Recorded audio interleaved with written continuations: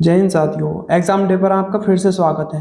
तो आज हम करने वाले हैं एक नई शुरुआत जो कि यूपी पुलिस कांस्टेबल 2023 परीक्षा के लिए बहुत ही महत्वपूर्ण होने वाली है। तो उस नई शुरुआत में हमारा सब्जेक्ट शुरू होगा हिंदी।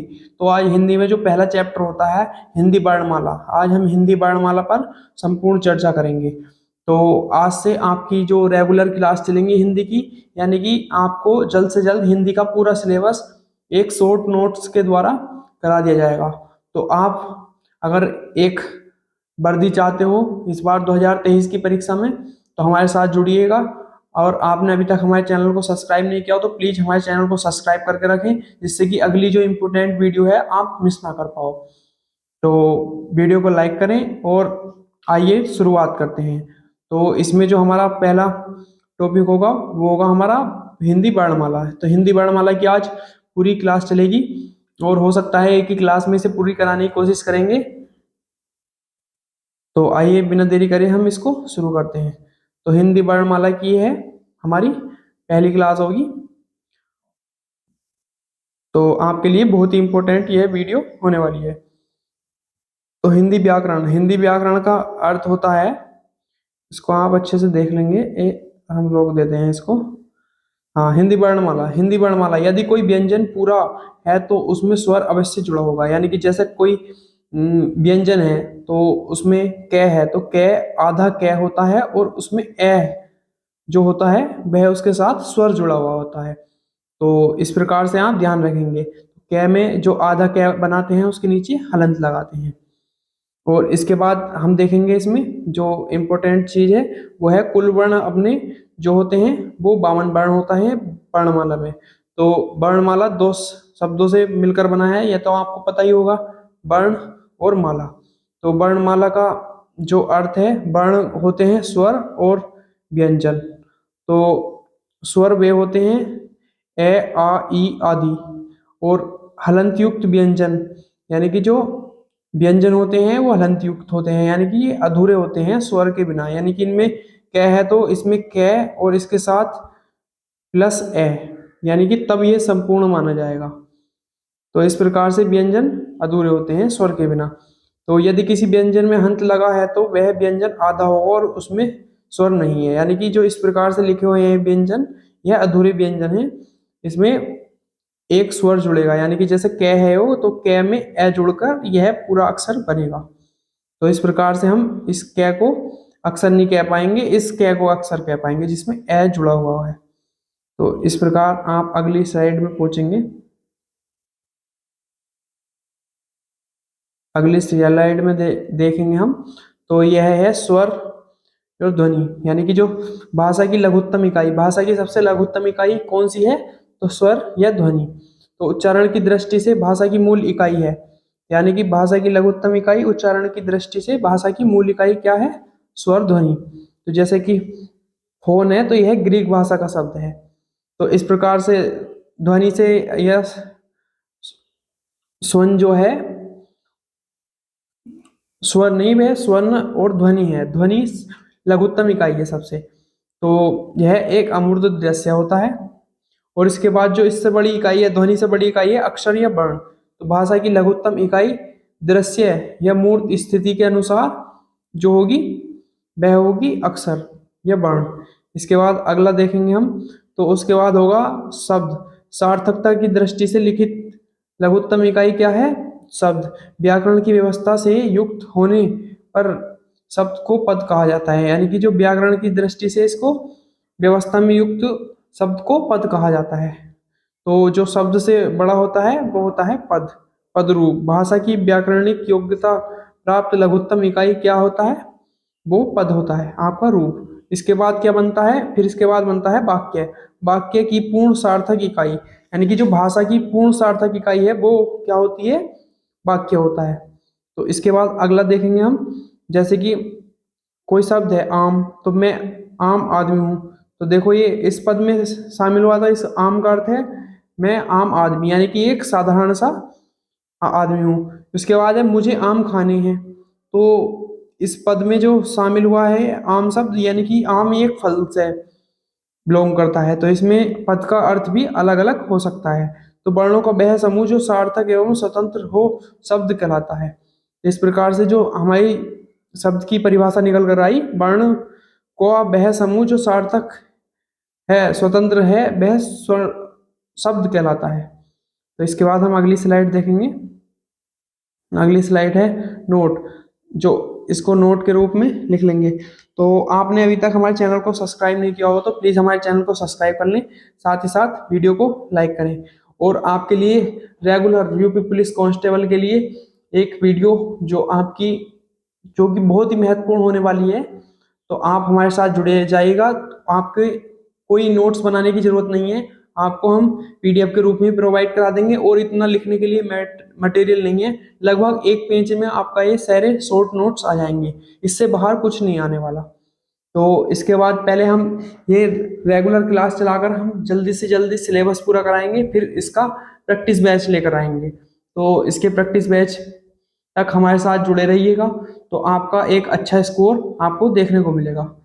तो आप में अगर वर्दी पाने का जुनून है तो हमारे साथ जुड़े रहिएगा। तो इसके बाद अगला जो नोट्स है इसे पढ़ेंगे हम।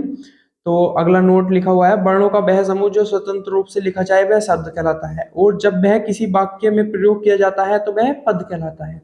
यानी कि जो स्वतंत्र रूप में है तो वह है शब्द। अगर किसी वाक्य के बीच में आ रहा है, जैसे कि हम आम आदमी हैं, तो वह पद कहलाएगा। तो इस प्रकार से जो अगला देखेंगे, पतंजलि, स्वर स्वतंत्र हैं और व्यंजन उन पर आधारित हैं, यह महाभाष्य में लिखा हुआ है। इसके बाद अगला देखेंगे हम, स्वर व व्यंजन विश्व विषय में पतंजलि ने यह सबसे पहले 2 सती ईस्वी पूर्व में चर्चा की थी। यानी कि स्वर एवं व्यंजन के विषय में जो 2 ईस्वी पूर्व है, 2 सती ईस्वी पूर्व में चर्चा की गई थी। इसके बाद अगला देखेंगे, वर्णमाला, वर्णों का वह क्रमबद्ध समूह या व्यवस्थित समूह। यानी कि जो वर्णों का क्रमबद्ध या व्यवस्थित समूह होता है उसे हम वर्णमाला कहते हैं। वर्णों का समुदाय, कामता प्रसाद गुरु जी ने इसको क्या बोला है, वर्णों का एक समुदाय। तो इसको भी आप याद रख लेंगे कि वर्णों का समुदाय किसने कहा है, वर्णमाला को कामता प्रसाद गुरु ने। इसके बाद अगला क्वेश्चन हम देखेंगे, वर्णमाला। तो वर्णमाला में 52 वर्ण हैं, इसमें कामता प्रसाद गुरु के अनुसार इसमें 11 स्वर और 33 व्यंजन है, यानी कि कुल मिलाकर 44 है। और हिंदी में कुल 11 स्वर हैं, 10 मात्राएं हैं, 12 खड़ी हैं।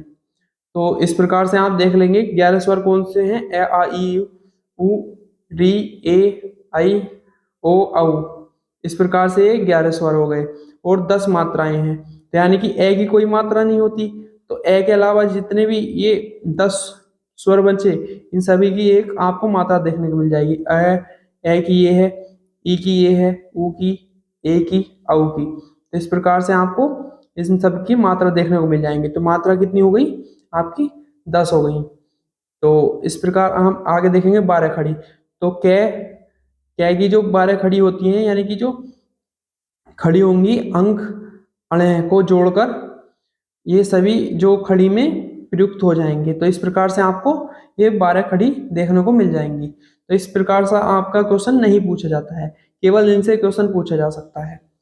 तो इसके बाद हम अगली स्लाइड में देखेंगे, 12 खड़ी का सुझाव सावरकर बंधु ने दिया था। यानी कि जो 12 खड़ी का सुझाव है वो किसने दिया था, यह क्वेश्चन आ सकता है। तो यह सावरकर बंधुओं ने दिया था। इस प्रकार से हम अगला देखेंगे, जो अंग और आहा दो आपको ये वर्ण देखने को मिलते हैं स्वर में, तो यह आयोगबा होते हैं। तो इसमें एक अनुस्वार होता है और एक विसर्ग होता है। अनुस्वार यानी कि ए जो स्वर है इसमें जुड़ा हुआ होता है। और इसके बाद देखेंगे हम आयोग बहा। तो आयोग बहा बिना योग के बह रहना या चलन करने वाला, यानी कि इस प्रकार से यह आयोग बहा कहलाता है। जैसे च है तो च में च और ए दो, यानी कि च एक हलंत युक्त यानी कि आधा व्यंजन और ए उसमें शामिल होकर च बना है। इस प्रकार से च ई ची, तो इसमें भी च जो आधा वर्ण होगा और ई की मात्रा इसमें यानी कि जो स्वर जुड़ा हुआ होगा। तो इस प्रकार से हर एक व्यंजन में आपको एक स्वर देखने को मिलेगा जरूर। तो जिस प्रकार से कि ये है टंकन है, तो टे आधा फिर कै ए पूरा, इसके बाद है कै आधा फिर ए पूरा, फिर ने आधा और ए पूरा। इस प्रकार से आपका टंकन लिखा जाएगा। तो इसको आप अच्छे से याद कर लेंगे और अपना एक नोट्स बना लेंगे, इसको बार बार रिवाइज करना है और साथ ही साथ इस पर आपको क्वेश्चन देखने को मिल जाएंगे। तो आप हमारे साथ जुड़े रहिएगा और साथ ही साथ आपको यूपी पुलिस की लगभग सभी सब्जेक्ट की क्लासें जल्दी हमारे चैनल पर शुरू हो जाएंगी। तो अपने दोस्तों और साथियों को ज़्यादा से ज़्यादा जोड़ेगा और अपना कोई भी यूपी पुलिस कांस्टेबल का तुमको बैच खरीदने की जरूरत नहीं है, पेड बैच से भी अच्छे हम एक नोट्स आपका बनवा कर देंगे और साथ ही साथ उसका प्रैक्टिस सेशन भी लगाएंगे। अगर आपको लेना है तो कोई प्रैक्टिस सेट या टेस्ट सीरीज ले लीजिएगा, आप उसमें अपना स्कोर करिएगा और हमको कमेंट बॉक्स में बताइएगा कि आपका स्कोर कितना चल रहा है, क्योंकि आपके एग्जाम के कोई ज़्यादा दिन नहीं रह गए हैं। तो आप एक तैयारी को एक रिवीजन के रूप में करें। तो आइए देखते हैं, स्वर बे वर्ण जो स्वतंत्र रूप से लिखे बोले जाते हैं उनको स्वर कहते हैं। मात्रा कालमान उच्चारण में लगा समय, यानी कि जो उच्चारण में जितना भी समय लगता है तो उसको हम मात्रा कहते हैं। मात्रा केवल स्वरों की होती है, यानी कि जो मात्रा केवल स्वर की होती है, इनको मोस्ट इंपोर्टेंट लगा लेंगे आप।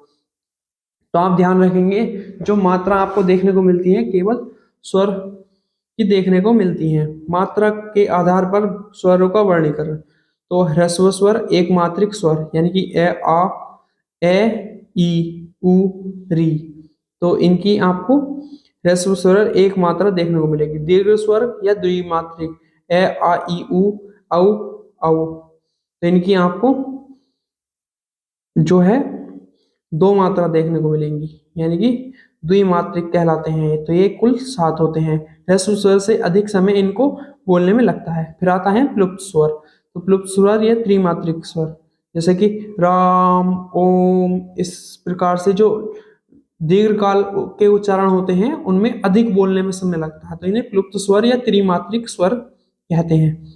इसके बाद आगे देखेंगे हम वर्णमाला। तो उत्पत्ति के आधार पर स्वरों का वर्गीकरण होता है। तो यह जो पहले होते हैं यह है उत्पत्ति के आधार पर स्वरों का वर्गीकरण। तो पहले होते हैं मूल स्वर ए आ ई उ, ए ई उ री, यह चार जो होते हैं आपके मूल स्वर देखने को मिलते हैं। इसके बाद देखेंगे दूसरा संधि स्वर या संध्याक्षर।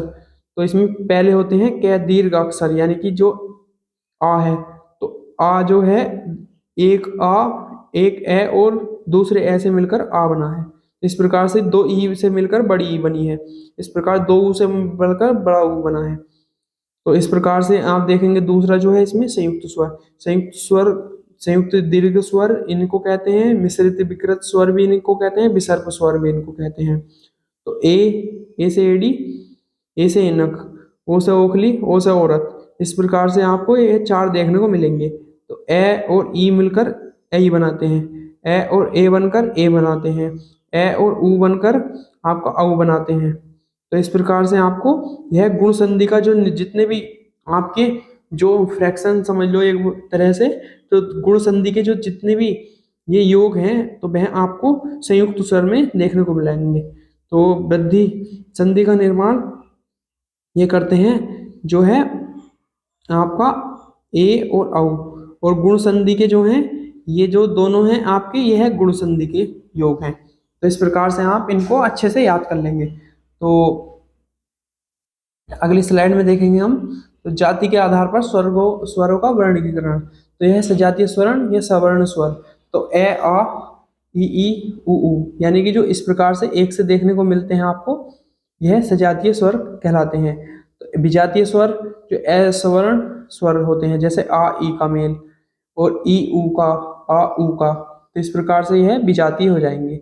यह एक जाति के नहीं लग रहे होंगे आपको देखने में भी। तो इस प्रकार से आप इनको याद कर लेंगे। उच्चारण के आधार पर स्वरों का वर्गीकरण। तो ए आ जो ये बोली होती है, यह कंठ से बोली जाती है। जैसे आप बोलकर देखेंगे ए और आ, तो यह कंठ से आपकी ध्वनि निकलती हुई प्रतीत हो रही होगी। इसके बाद है ई और बड़ी ई, तो यह तालव्य, तो यानी कि जो आपका तालव्य होता है, यानी कि गले की साइडों में ई, तो वहां से आपकी देखने को यह ध्वनि मिलेगी। इसके बाद है अगली ध्वनि है आपकी ऊ की। तो ऊ की जो है आपका होठों की जो आकृति है उसको आप ध्यान से गौर करेंगे, ऊ, तो इसमें ओष्ठ यानी कि जो होठ होते हैं उनसे की आकृति के अनुसार आपकी ऊ की बोली निकल रही है। इसके बाद है री। री होता है मूर्धन्य यानी कि री।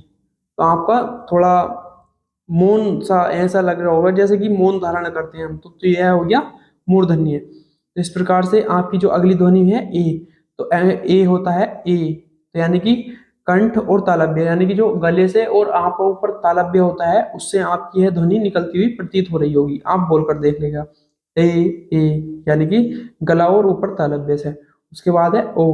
ओ की है कंठोष्ठ, यानी कि जो गला और होठ, होठों की आकृति बनानी पड़ती है और गले से एक आवाज निकल कर आती है, तब ओ की भाषा यानी कि जो ओ की बोली निकलती है। यानी कि आप बोलकर देखेंगे ओ, यानी कि आपकी होठों की आकृति भी कुछ इस प्रकार से बन गई होगी, तो आपका और गले से ध्वनि निकलती हुई प्रतीत हो रही होगी।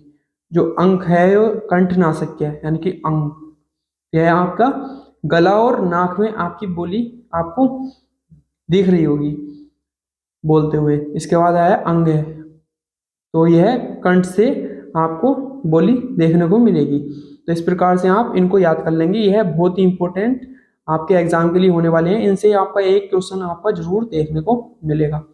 तो इस प्रकार से आप आगे देखेंगे नोट।